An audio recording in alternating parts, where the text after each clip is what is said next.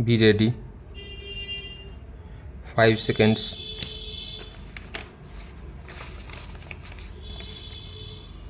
Start. In the present appeal, the insurance company has challenged the award only on the ground that the compensation awarded to the claimants is excessive and arbitrary, and the rate of interest awarded by the tribunal, that is 8% per annum, calculated from the date of filing the claim petition, is also arbitrary. It was argued by the counsel for the appellant that in column 6 of the claim petition, the claimant has stated the income of the deceased to be rupees 50,000 per annum, and therefore the tribunal had acted arbitrarily in determining the compensation on the basis of a notional income of rupees 20,000 per annum.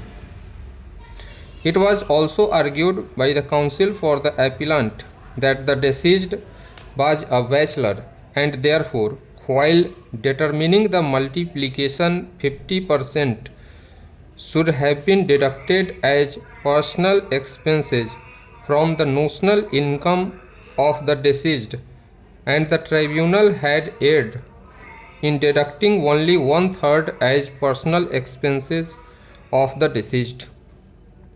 It was argued that in view of the aforesaid, the award of the tribunal is liable to be modified by reducing the compensation payable to the claimant. Rebutting the argument of the counsel for appellant, the counsel for the claimant has argued that the income of the deceased was stated to be rupees 15,000 per annum, column 6 of the claim petition, on the basis of the notional income provided in paragraph 6 of the second schedule. It was argued by the counsel for the claimant that under section 168 of the Act 1988, the tribunal is required to hold an inquiry into the claim and award just compensation, and the compensation payable to the claimants would not be reduced because a lesser amount was claimed as compensation in the claim petition.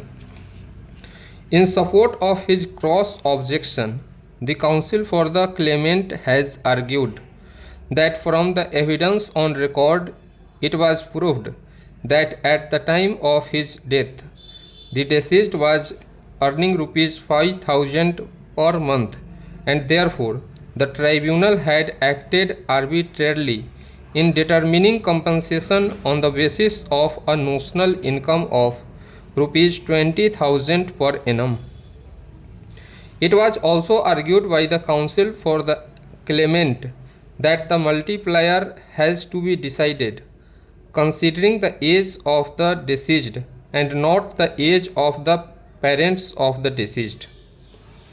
It was further argued that the tribunal had also erred in not awarding any amount to the claimant for funeral expenses and loss of estate, as well as for loss of love and affection.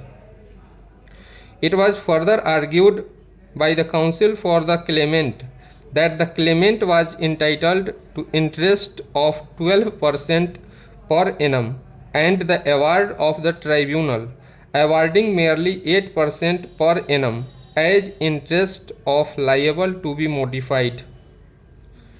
Thus, it is held that the deceased was not unemployed, and the argument of the counsel of the claimant that compensation should be determined taking the income of the deceased as rupees 5,000 per month is rejected. The notional income of the deceased and the consequential compensation payable to the claimant is decided later on in the judgment. Stop.